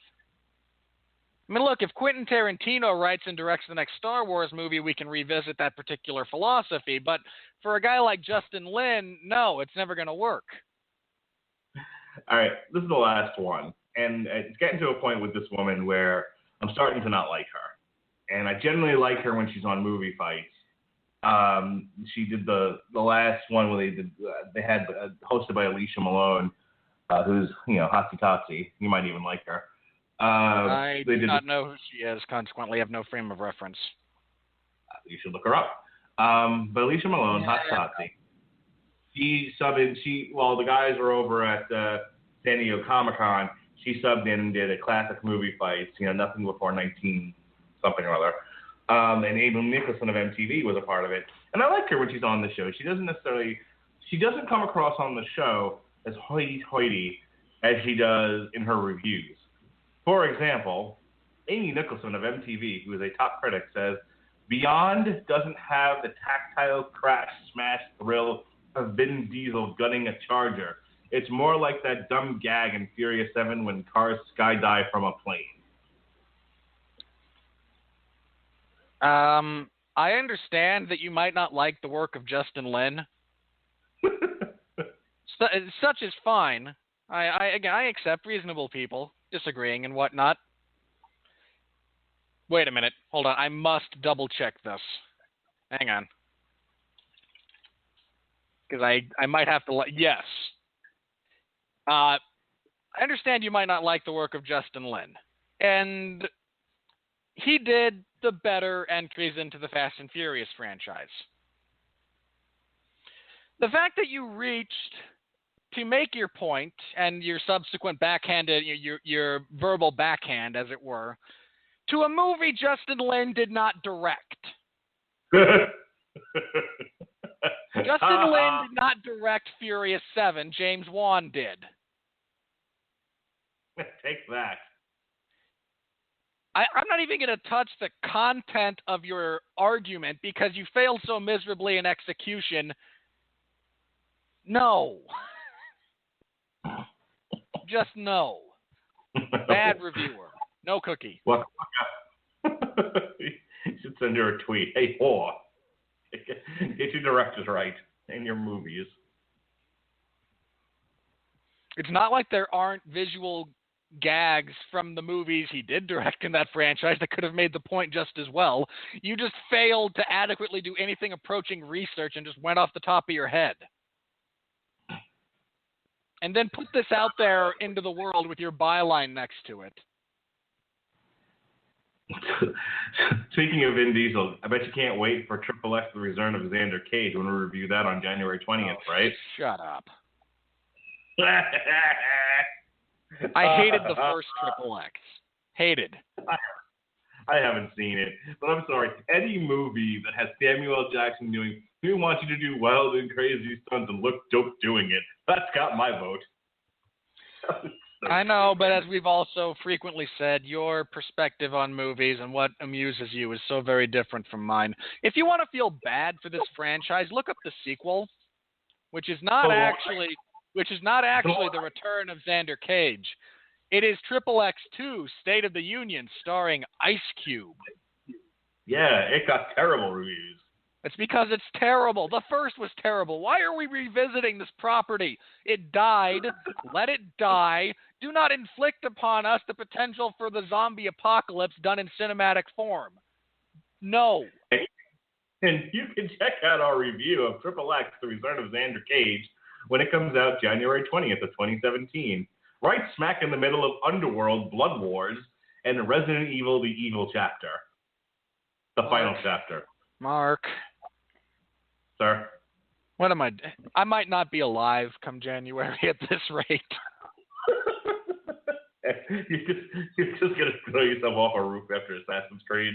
It might be less painful. I'm just going to say that. Goodbye, Cruel World. I can't. The movie he's making me review, I can't take it anymore.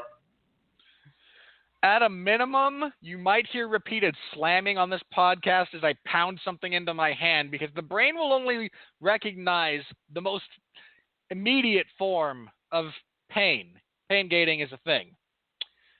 In order to talk about those movies, I might have to inflict some form of physical harm on myself. Well, February gets better. I promise you that. Then you only have to deal with the Lego Batman movie, which looks hysterical. Oh, God. Why? And then, by your request, sir, by Robert Winfree's request, The Dark Tower. Yes, I know that's because you don't read. It's okay. Screw you, Winfree.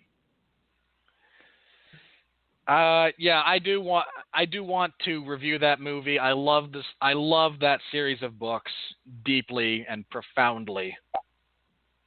That might be, there's a real possibility that's going to be my Where's Tom Bombadil series. Well, I'm warning you all right now. The way Mark is about Star Wars or Star Trek to varying degrees, the people out there that are huge fans of Lord of the Rings, whatever your beloved, epic series of books or your epic sagas that imprinted on you at an important period in your life, and we all have multiples. I have, two. And one of them is Roland Deschain's Quest for the Tower. So I'm going to do my best not to just go, Where's Tom Bombadil? But that is my attachment to that property such that that I insist on reviewing it. Have you looked at the March schedule again since I sent you that list? Wolverine 3, Kong Skull Island, Beauty and the Beast, Power Rangers, and Ghost in the Shell. It's a loaded month. It is a loaded month. I'm not as familiar with the Ghost in the Shell source material, but I am aware of it. The rest of that is, that is a big month. That's a big month. Yeah. That's a lot going on there. I mean, it's not as big as Underworld, Blood Wars, Triple X, and Return of the Cage, and Resident Evil, the final chapter. Just stop. Great. I can't wait. Ghost in the Shell 2017, Scarlett Johansson, Kalu Ashbeck, Michael Pitt, Takeshi Kitano, and Juliette Binoche. Look, Ghost in the Shell is a very influential and well-respected both manga and anime series. So there's a lot of good material to draw from there. It deals a lot with some of the nature of existence, kind of synthetic life versus organic life. Think of it as a slightly more action-oriented, longer-running, and in some ways slightly more cohesively constructed Blade Runner. I'm just wondering why they decided to remake it after the first Ghost in the Shell movie. It's been going since then. It's an ongoing property, I believe.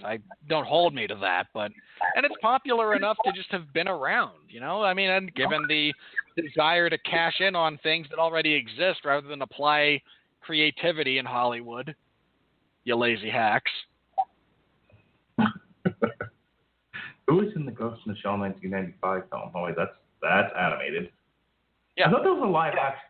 There was a live action Ghost in the Shell, right? I'm not making that up. If you say so, I don't recall it. I could have sworn there was one with. I swear to God, I thought there was one. I thought it had. Maybe I'm thinking of Tomb Raider, but I thought it had. Of which there's going to be a third one, by the way. I thought there was a live action Ghost in the Shell with the chick from Tomb Raider. You mean Angelina Jolie? That's the one. Maybe I'm making that up. I have no memory of that, and I think you are, but you're older now. It's okay. The memory goes. Ghost in the Shell. All right. I'm going to look this up. you get us into plugs. I think we're done here. Yeah, we're done. This Saturday, I have live coverage of UFC 201 in the MMA Zone of 411mania.com, so stop by and say hello. I do appreciate that. Time, Robbie Lawler is going to separate Tyron Woodley from his consciousness. Apparently, I'm wrong. There was never a live-action version of Ghost in the Shell. There is, as I thought, the 1995 animated film. Okay. That would explain why there's a live-action film coming because they haven't done one yet. And I imagine there will be an Americanization of Attack on Titan in the near future. Probably. Allegedly, we are doing Metal Hammer of Doom tomorrow. If we can ever find the music for Witherscape, the Northern Sanctuary. If not, then I'm probably not going to do the show. But the following week, we also have the new Neil Fallon side project, Dunsmuir. As we said multiple times on this show, next week is Bourne Week. We'll be reviewing Jason Bourne here on this show, and then the next day, Long Road to Ruin, the Bourne Conundrum. I felt so ripped off by the first Bourne movie. Oh, yeah? Hey, you know what? Well, for all this I'm one of the... I actually read The Bourne Identity. Okay. And when they ended the movie, I went, where's the other half of the book?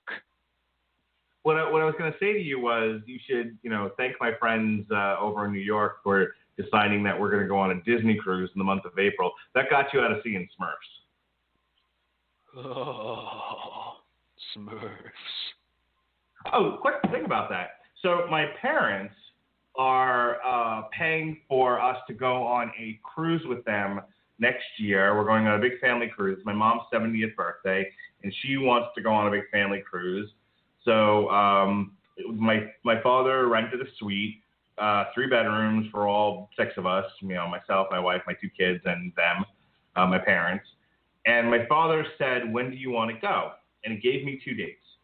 Now, the first 2 dates he gave me, this is all very interesting. Stay with me.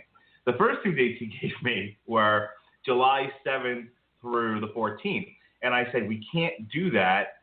July 7th is Spider-Man Homecoming, and July 14th is War for the Planet of the Apes. Now, I might have still been able to see War for the Planet of the Apes, but that fucks up my whole Spider-Man thing I'm doing that week because we're obviously going to review Spider-Man Homecoming on July 12th. Hey, Mark, which would be it's going to be another Spider-Man origin story. I'm going to smack you. And then Long Road to Ruin, The Amazing Spider-Man. I'm assuming Sean agrees to it. I hope he doesn't because those 2 movies suck. And we'll talk about it. and then the following week, we'd be home we'd be home from the cruise by this point, but it'd be a bit of a rush here to do War for the Planet of the Apes. And I said, no. My podcasts are important. We need to do things when there's a space open. I paid for a cruise, and I'm telling them that we have to do this around my podcast schedule. And my wife says to me, she goes, the other date is the 21st to the 28th, which right now there's nothing on the calendar for the 21st. The 28th, there's an untitled Disney fairy tale remake, which I'll just see it after the cruise at some point, and we'll try to get it. We'll try to shove it in there for August 2nd, and if not, then we'll fucking skip it. I'm not going to beat myself up over this. The following week is Alien Covenant. We'll live. And if Robert Winfree doesn't have to go see a Disney fairy tale live action remake, he'll live too. So that being said, that's assuming I'm still alive at that particular point, and the return of Xander Cage hasn't driven me to self-mutilation. Well, try. Listen, we've got Transformers: The Last Night to get through. You have to stay alive. God, no. Why? Why? Look at the price tag. It's going to be followed by Despicable Me 3. Anyway, to get to the end of the story before Blog Talk cuts me off. So my wife says the 21st through the 28th doesn't really work for me, though, because it's too close to when I have to go back to school. I might have to go to training. And I said, Melissa, it's more important that we don't disrupt my podcast schedule. Spider-Man Homecoming is one of the big event tentpole movies of the year. I don't care. It's going to be another origin story. It's not the point. It's a big deal. I really hope it isn't, is the joke there. We all know how he becomes Spider-Man.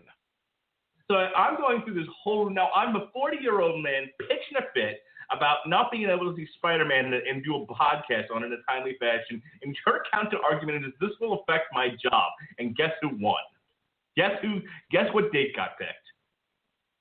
I'm going to go ahead and guess you and I will be reviewing Spider-Man Homecoming. You bet your sweet bippy we will. I'm such a spoiled brat. I really am. I'm not going to refute that in any way, shape, form, or fashion. All right. Take us home. All right. On that note, next week we will be talking about Matt Damon. He's on the movie. Which one are we talking about? It started as a joke around my house, and now I can't stop doing it. Which movie?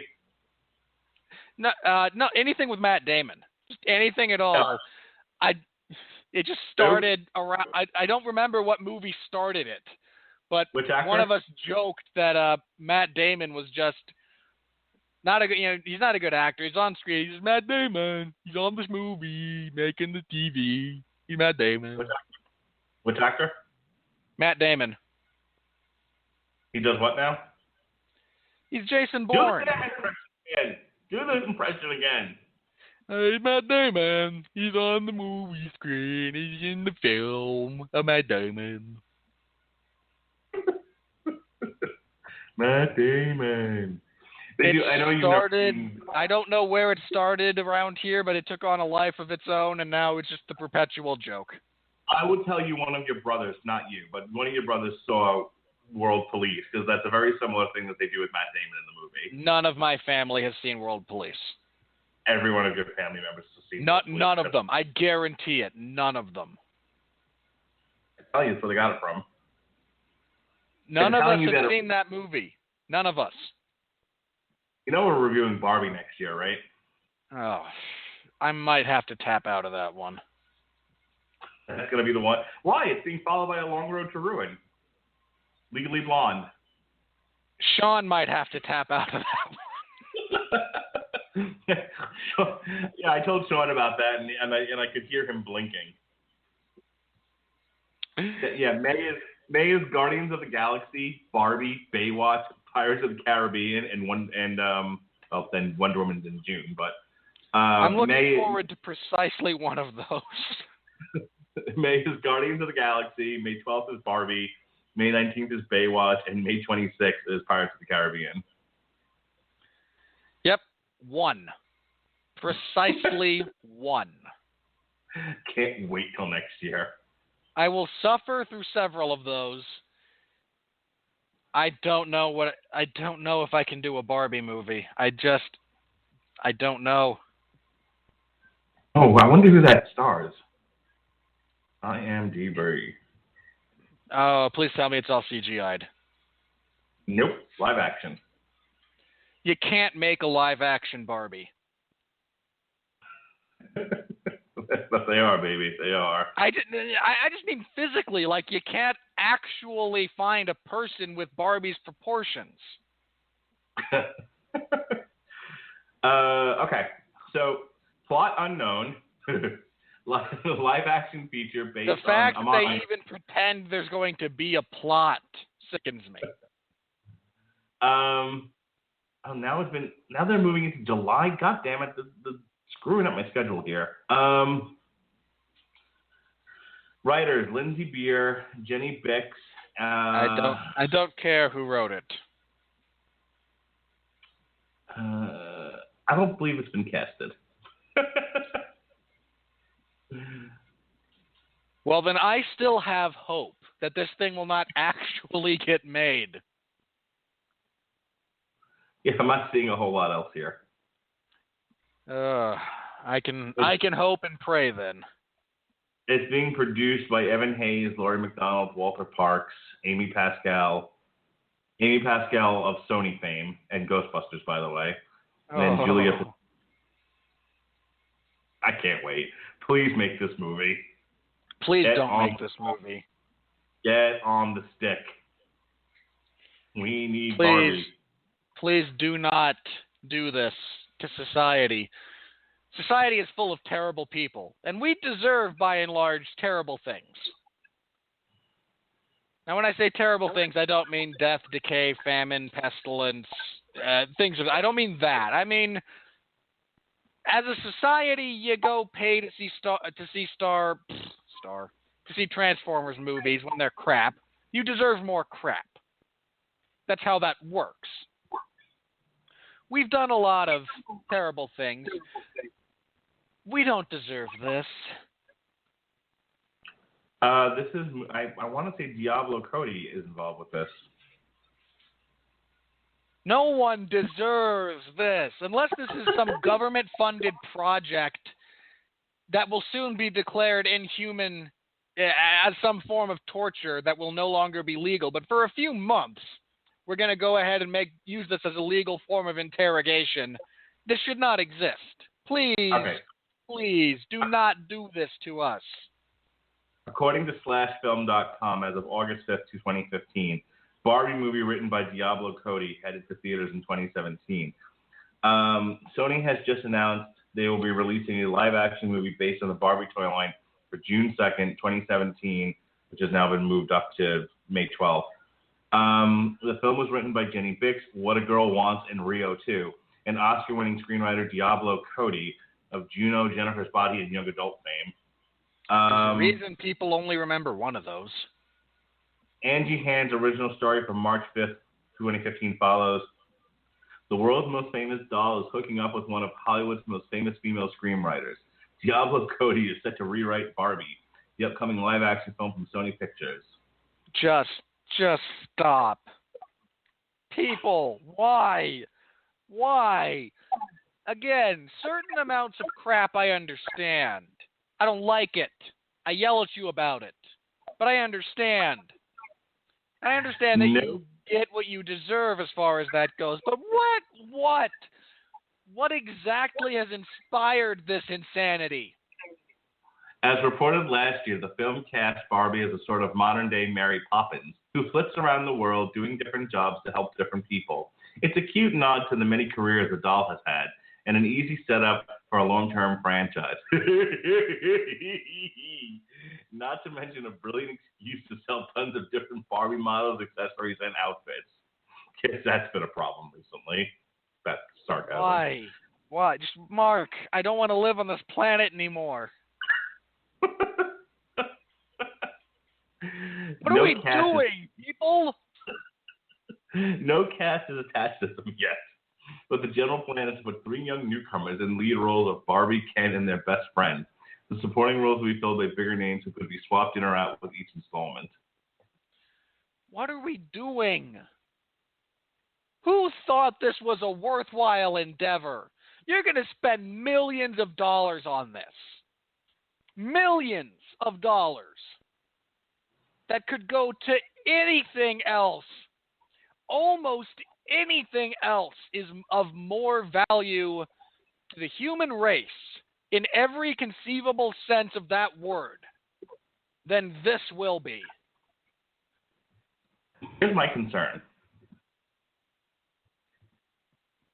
They haven't started shooting it yet. Yeah, they haven't started shooting the Gambit movie either, yet you remain stubbornly optimistic, while I just pray for more disaster. All right, I have tortured you long enough. So is that going to be your Ninja Turtles of the year? Is that I the one don't where you're going to look, given that they're still shuffling things around, I'm going to still reserve my right to say no.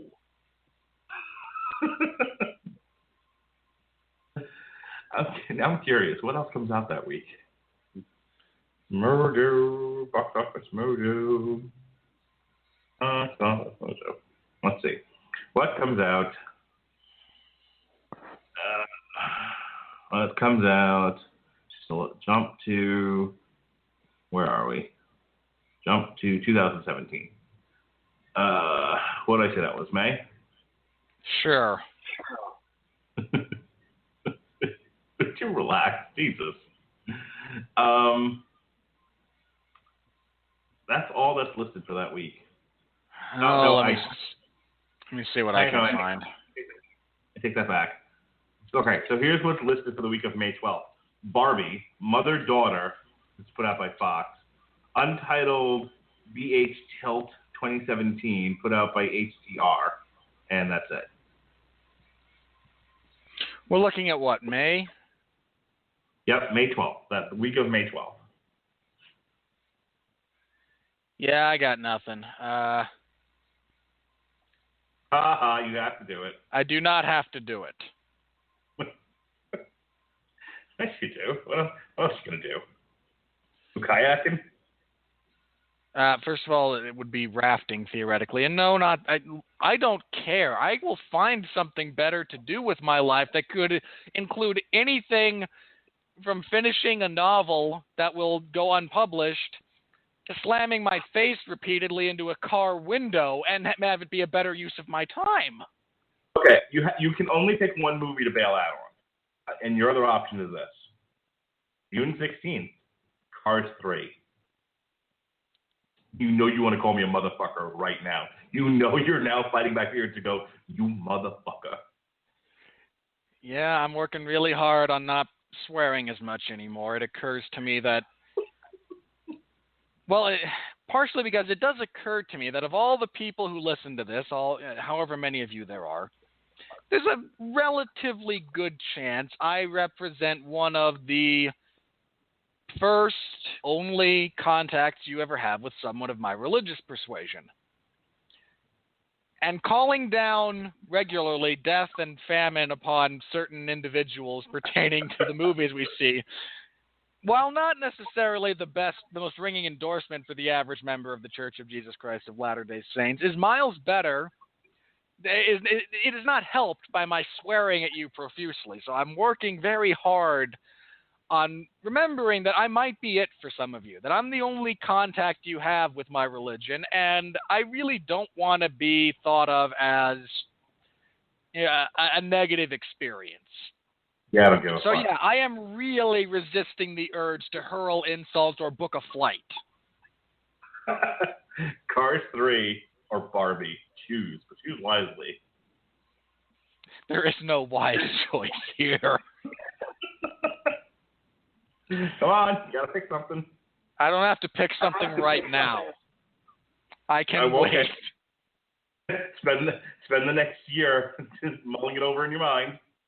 Look, to be perfectly honest, I would rather yell about Cars 3 being crap than have to sit through a Barbie movie. There's that part of me that goes, yeah, this is a sequel to the only bad movie Pixar made. Nope, that was The Good Dinosaur. The Good Dinosaur is a better movie than Cars 2, and you and I have had that debate. You know I'm right. You know they're making a live-action remake. They're remaking Chips, right? That's also on the list. That's actually our summer finale, Chips. Man, I'm going to have to go with my mom to see that one.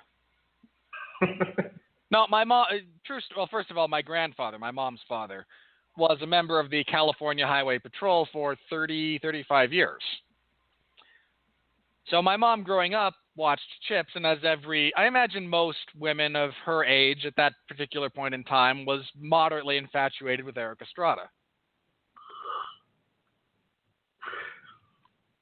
So it will be somewhat interesting if I can get her to go see that with me, to get a fan of the original series perspective on yet another crappy adaptation of something that was beloved at the time, even if it wasn't. My poor mother, her childhood consisted of specifically 2 franchises that were television shows that she genuinely loved. One of them was Starsky and Hutch. Tell you about that cinematic adaptation. I really shouldn't.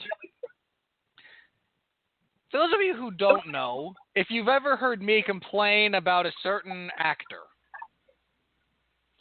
who is the bane of my movie-going experience in all ways, Ben Stiller is the avatar of my agony.